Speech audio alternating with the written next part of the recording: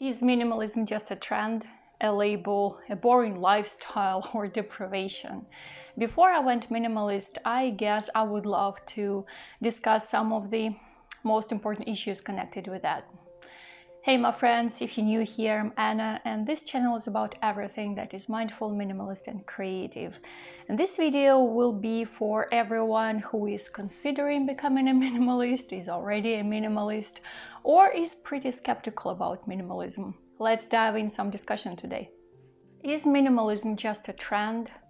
Of course, lately minimalism has become trendy, but I think in reality it's about a great shift of mindset from materialism to something that really matters and has personal value. Can empathy and kindness be just a trend? Can justice and fair attitude to everyone be a pure whim of fashion? Our society has reached the point when certain lifestyle changes are crucial, and that's why we can see all the evidences of that amazing positive impact that minimalism has on people's lives. Yes, it can be called a trend because it's growing, but it's not going anywhere like flared jeans or ruffled dresses. What's the difference between minimalism and poverty? Minimalism is not about abundance or scarcity, it's about having enough and being content with what you already have. But those who experience poverty often find it pretty challenging to lead a minimalist lifestyle because there's always a fear that you won't have enough. And I know this feeling very well because I come from very humble background and I've consequently experienced a rage of consumerism, and now I'm trying to be more minimalist in my life. But of course, when you live on a low income and you always have to budget super tight, you have a feeling that the situation is not fair, especially when you see someone who is far better off than you. And whenever you have a chance to get something, whether you need it or not, you tend to get it in order to compensate for all those moments when you felt worthless. And yeah, I know this and I understand this feeling very, very well. But minimalism teaches us that owning more and having more things do not make us happy and do not show us the way to our true self. And instead of being a forced challenge like poverty, minimalism is nothing but a free choice. Is minimalism about certain aesthetics?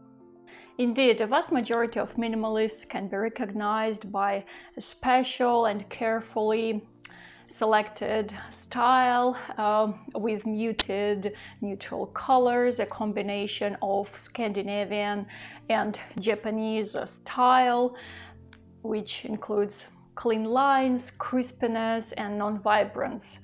And also there is such a notion as visual clutter, and sometimes for the sake of visual decluttering, people tend to replace, for example, a red bean with a white bean or a gray bean. And of course, in some situations, it's pretty beneficial for people because it's calming their mind and give an overall sense of comfort. But in many situations, it's just for their sake of style to make it more minimalist. And don't get me wrong, I'm not judging anyone here. I just want to underline that there is no one single true minimalist aesthetics. You should always do you and do not restrict yourself and in your preferences and style. For example, I love colors, different combinations of them, because here in Siberia there is only gray, white and black colors outside because it's almost like 8 months of winter here. So that's why I need a lot of colors in my everyday life just to boost my creativity and emotions, because yeah, everything is around is super dull. Why do I need to refuse all the variety of stuff that is available right now? For what? In a nutshell, for your own mental stability and strength. We can all see how now people prefer to hide behind their possessions, be it big houses or apartments or cars or collections of anything, designer clothes, just clothes, antiques, games, just anything, because it's more tangible, it's safer. Our inner essence is much more complicated, and it takes a lot of courage to face what's inside, and thus it's pretty understandable why we often prefer not to go that deep. But the more we fill our physical spaces with stuff, the more detached we grow from our true self, and the bigger that void becomes. We are constantly attacked by marketing, telling us what we need to buy in order to find the meaning in life. And the majority of those marketing tools are not humanistic or ecological at all, like ecological from the human standpoint, because they all play on our fears, insecurities, pains. And does any decision taken because of fear or insecurity can bring any positive changes to our life? Let's just answer this question. Viktor Frankl, the outstanding humanist and scientist, said, "Between stimulus and response there is a space. In that space is our power to choose our response. In our response lies our growth and our freedom." So, of course, we can indulge to all those various things that we are offered and that we can easily afford.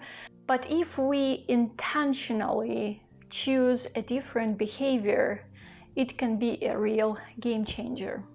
What things are worth saying goodbye to? How do I know?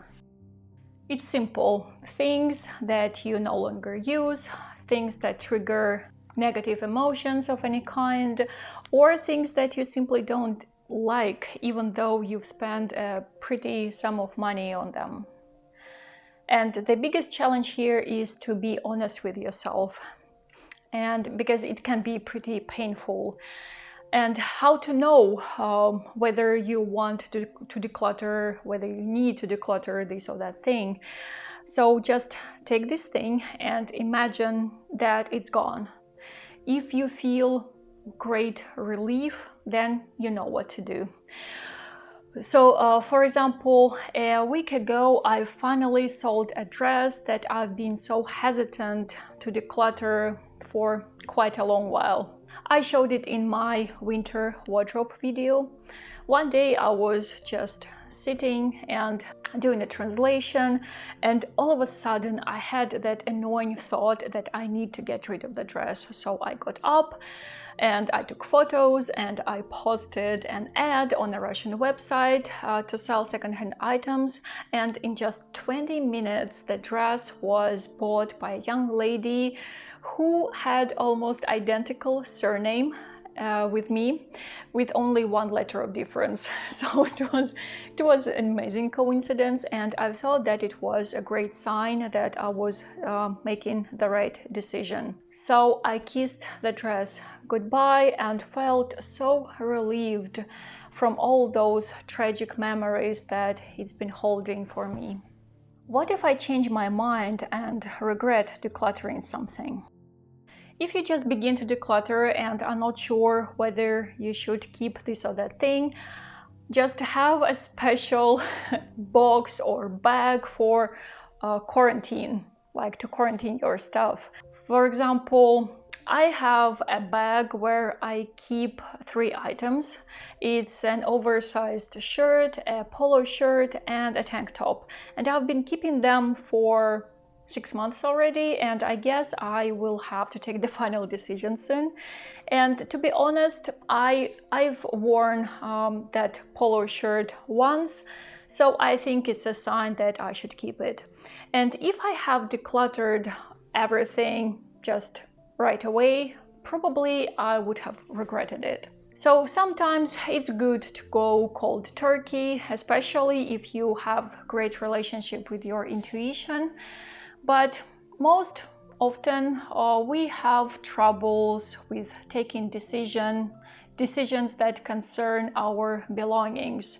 We kind of transfer part of our personality to our possessions because we've spent our money and time on them, and we think it's just an essential part of us and we are afraid to get rid of it.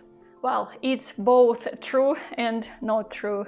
As humans, we constantly change and we leave a lot of things behind. Even this moment when you are watching me talking to you will be gone. Right now, it's gone. We can't be solid, life-proof banks of possessions. It's a very important thing to remember because things come and things go after all. How to prevent decluttering from going too far? It's only you who define the limits and no one else. And of course, people tend to go to extremes, but I guess it's not necessarily a bad thing from the experience viewpoint. Once we've explored two opposite places in life, there are big chances that we will find our perfect balance. Decluttering can be scary, but it's also very liberating. But recently I've come across such a notion as compulsive decluttering, and I think minimalism ends when its practices stop being mindful and balanced.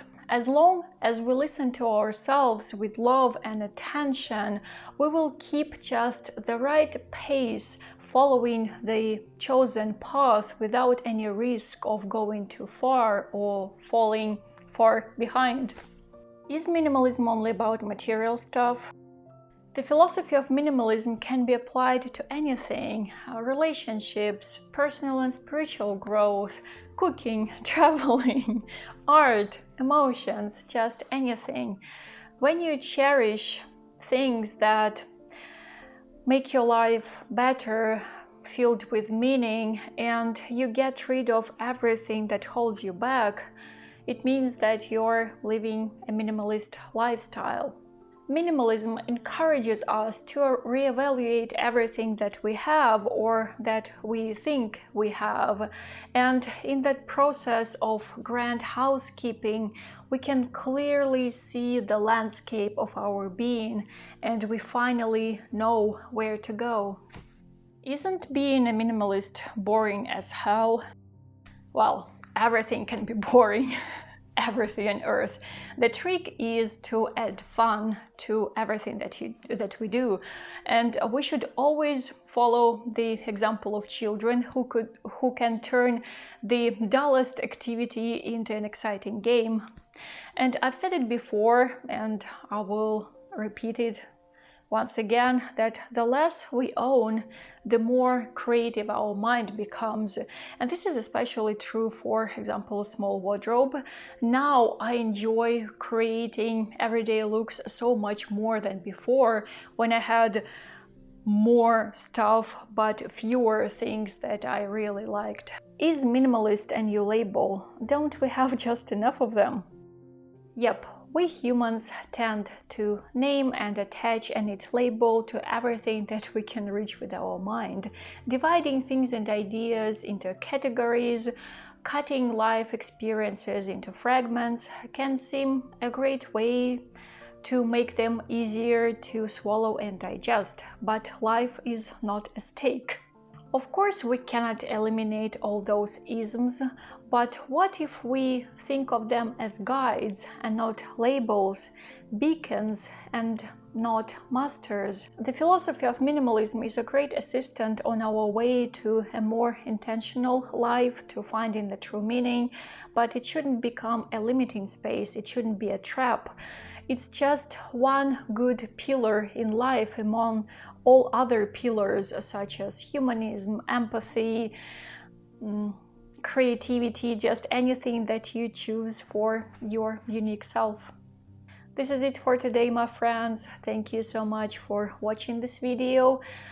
As always, feel free to share in the comments your opinions and insights. What questions about minimalism have been bothering you lately? Let's discuss.